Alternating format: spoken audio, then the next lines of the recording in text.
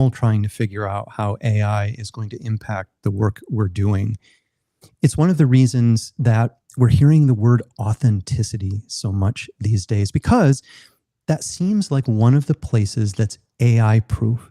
Even more importantly, though, it's exactly what your ideal client is searching for. So today, we're going to share a few steps you can take to show up more authentically in your marketing so you can connect with more of the people who are looking for your help. I am joined, as if I need to introduce her to you, by Diana Cabresis, founder of Diana Cabresis Consulting. Diana, welcome to the show. Derek, thank you so much. I'm very excited to be here and for the next 10 minutes, talk about what truly lights my fire inside. So thank you for inviting me and giving me the space to talk. Oh, absolutely. It's a thrill, and I hope this is the first of many returns. Let's dive right in, considering how little time we have remaining. You and I have actually worked on projects like this together. Let's start here. Because so much content is now generated by AI, people are starting to look for signals, trust signals, that indicate there's a person behind the message. What are some of the things people are looking for? What are some of the things advisors can be doing to earn that trust? Well, the first thing in our faces is that it really helps when they do see the person, right? So I'm a big fan of written content. I think people like you, Derek, produce some of the most thoughtful, engaging, curiosity evoking copy that I could just read and read forever.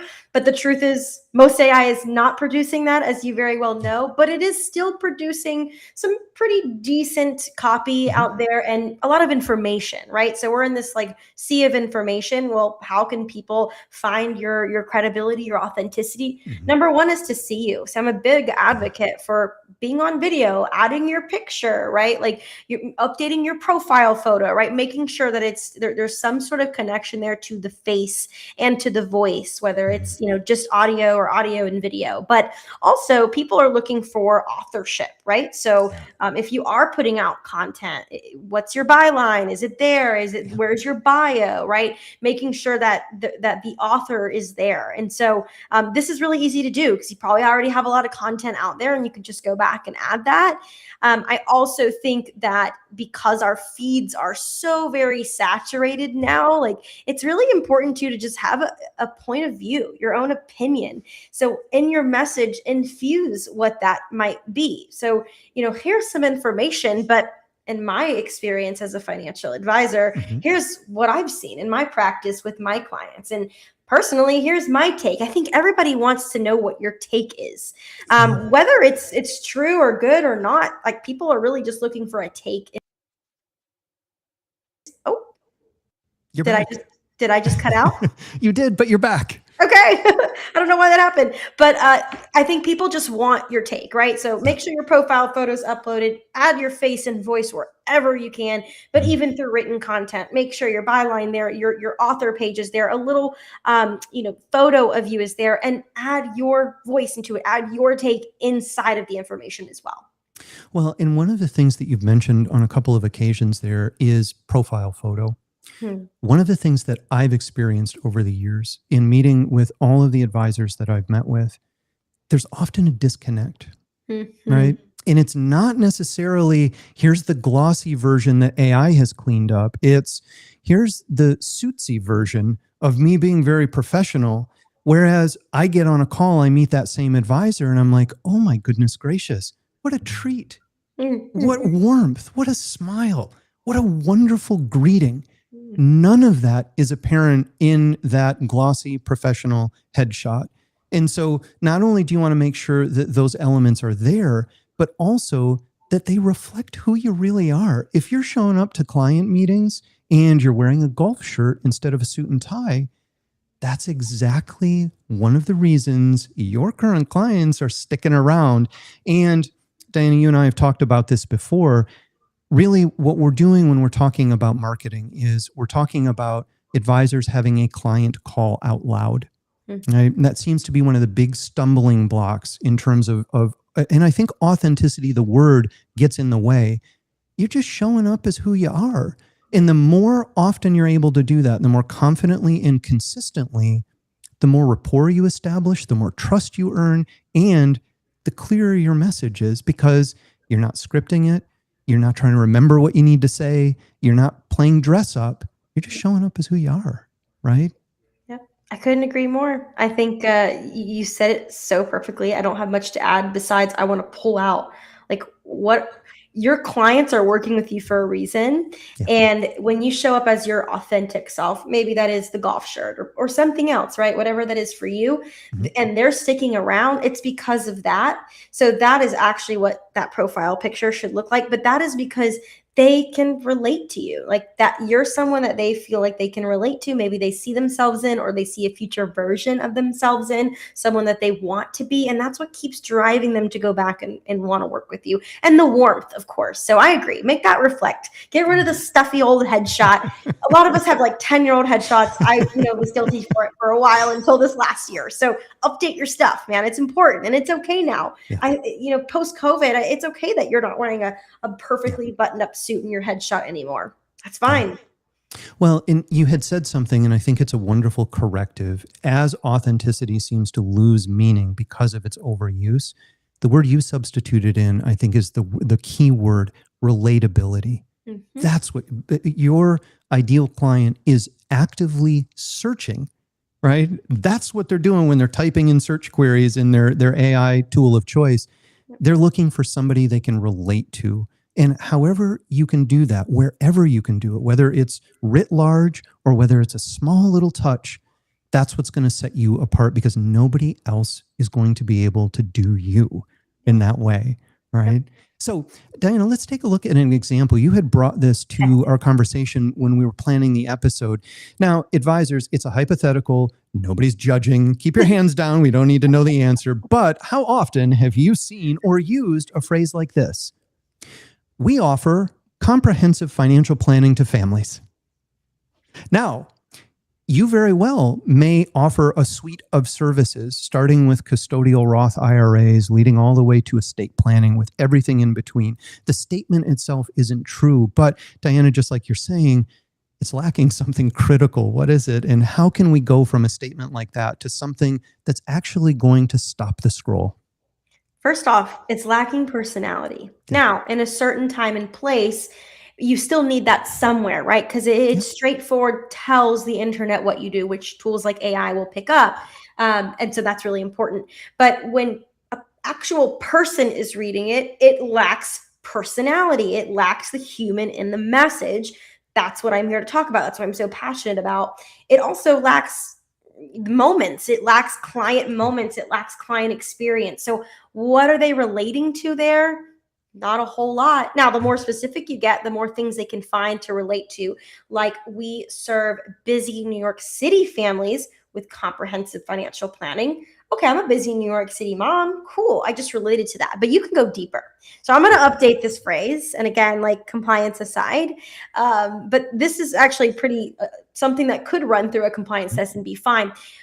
We believe the best financial plans do more than organize your money. They give busy New York City-based families like yourself a calmer way to make big decisions together, especially during moments of transition, like selling a business or losing a parent, changing careers, or preparing for retirement. That's what I'm here to help you with, right? You found more personality in there, right? Well, and one of the other things that you did is, as you were saying, you brought in particulars, right? You tell a story. And that, again, we hear the word a lot, storytelling, but that's what it looks and sounds like, right? And as you said, when you're having those client calls, jot down some of the things, some of the questions, some of the anecdotes, some of those personal experiences, not so that you can go broadcast them all over the place, but because when you hear them more than once, or if they're particularly telling, it gives you the opportunity, Diana, just as you had done there, to personalize your content so that it no longer is boilerplate. And even if it is factually true, it tells a story that people, again, can relate to. Let's draw a line under that. That relatability, that personability, those are your advantages. And that's even more true in the era of AI. That's what people are looking for. The data is very clear about this. Your ideal client is actively searching for the person behind the expertise. They need to know you know what you're doing in terms of financial planning. That is the first thing that they look for. But second, the thing that allows you to make the connection, create the relationship, retain the client, even develop a friendship, that has everything to do with who you are. I want to say some advisors, I think they might struggle with infusing themselves into the Mm-hmm. message. Maybe it makes them uncomfortable, or they're not used to doing it, or they don't know where to start. You don't really even have to start necessarily with your message. Mm-hmm. You can start with your client's messaging and bring that in, right? So that's another way of thinking about it. It's exactly what you just said. I'm just framing it in a different way, Yeah. but it doesn't have to be you. It can be them, because future clients are going to relate to them, but they should also relate to you as well, because you are the steward of the conversations. You are there to support the process. You are there to help them, and you understand them. So they're relating to that, but they're really relating to your clients. This is why things like testimonials are so powerful. But whether you use them or not, you have them. You have problems you've solved from your clients. You made a good point about like writing down the last, few client meetings and what's come out of that and what those moments were. If you're using an AI note taker, you could also ask your AI note taker, can you pull out some of these moments for me? What are some of the most commonly cited problems that my last, 100 clients have shared with me on our last call, right? Something like that, as easy as that. And it's like your marketing gets done for you, but not in the way that people think of when they think of AI generated content, because those are all sincere, real conversations. Those are real experiences that people had. You're using AI to facilitate the collation there, right? You're using it to pull out that information and create what we've been using for, goodness gracious, I don't know how many decades, content libraries, right? However we've called them, that is one of your firm's greatest assets, are the stories that you use the word very well, that you steward or that you shepherd, that you've been part of.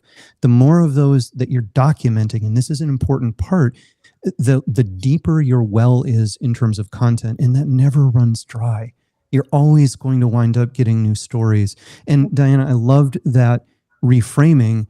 You don't always have to be the face of the firm. You don't have to make yourself uncomfortable to be authentic in your marketing. You just have to be you. And if you is, well, I don't really like to be on camera, cool. Once we know that, we can tailor your marketing around that so that you don't have to show up somewhere where you're going to be like, hello, here I am talking about my. I'm You sorry, need that was too good. you Hello. need to, exactly. You need to be the person you are, because that's what's going to win you clients, because that's what they're looking for. Right. So, Diana, we've talked about a couple of things advisors can do in terms of bringing themselves to their marketing, right? Being more authentic, being more real. One of the biggest challenges is, first, like you say, determining what that is for you. It's going to look a lot different for you than it is for me. We were talking about that before the show. It's going to look a lot different for me than somebody else, another advisor, another marketer. Yep.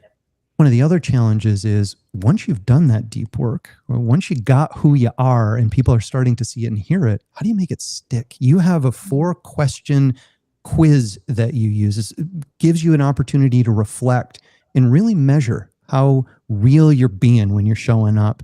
Yep. Can you run us through that? Absolutely. Okay, so I want you to ask 4 questions. Reflect on these. You don't even have to have the answers right away. You probably won't. But number 1, who should prospects, clients, partners, COIs, and the industry in general associate with your point of view? For you running your firm as an advisor, it's you, right? It's you. They need to associate it with you. That's really, really important. It's not about your logo. It's not about the headlines in your next 5 articles. It's you. Number 2, what are the 2 or 3 ideas you want to be known for? There's so many things you probably want to be known for. You're probably passionate about a handful of different topics in the space. Just try to narrow it down to 2 or 3. Guys, I even struggle with this. It can be really hard. As you all know, if you follow my content, I kind of go all over the place. But my best work is usually because I've stayed focused on 2 or 3 things. The third is, where should that voice show up consistently? So, look, I'm a huge advocate for video Mhm. and talking because that's where I'm most talented. But I know a lot of advisors who that is very intimidating and Mhm. terrifying. My husband's one of them. He's like, oh my God, I'm going to freeze. How do you do what you do? You could have a beautiful email letter, an email newsletter to your clients, or a Substack, or whatever that looks like for you, Mhm. with your photo right there. And the message is super personal, and you've infused your own voice and your own point of view and your own stories and your client stories and your photo and a little bio about you, and boom, you just hit all of those things that we've talked about today. Yeah. Beautiful. The fourth is what client questions, stories, or market moments should fuel your messaging. I like what you had to say, Derek, earlier about like creating that. I can't remember what you called it, but let's call it a content reservoir, right? That Yeah. Yes. you can tap into at any given point because you'll forget these things. I mean, every marketer has that doc or that's Mhm. set of documents they go back to catch up on, like, what are some of the best words that I love using in my Mhm. marketing? What are those stories that I need to keep tapping back into? You can continue to reuse those. So those are the four questions. I'll just recap them really quick for the audience. Who are people associating with your point of view? It should be you. Not a paid spokesperson in the RIA case, right? I Yeah. think there's maybe certain channels where that could work out nicely, but in general, your message should be you. Yeah. What are the 2 or 3 ideas you want to be known for? Where should you show up consistently with your voice or just your face or your text, whatever that looks like, kind of combining it all together? And then what client questions, stories, or moments that your clients, problems your clients have gone through should fuel all of your messaging. Well, and I really appreciate this point too, because I think it's another sticking point for a lot of advisors. Goodness gracious, it is for us too, right? On this side of Yeah. things. But that notion of repetition, right? Mhm. I think a lot of the times it feels like you're cheating, or it seems like in your own thinking, well, I'm just saying the same thing over and over again, right? Like, who's going to respond to it? They heard this last month. They heard it an hour ago. They heard it. Here's the thing: repetition is what winds up building awareness and rapport. Now, you don't want to repeat yourself every 3 sentences, but there's nothing saying that the person who saw a post you used or a story you told a month ago is going to recall it right away. It doesn't mean on social that you're even reaching the same audience a month later.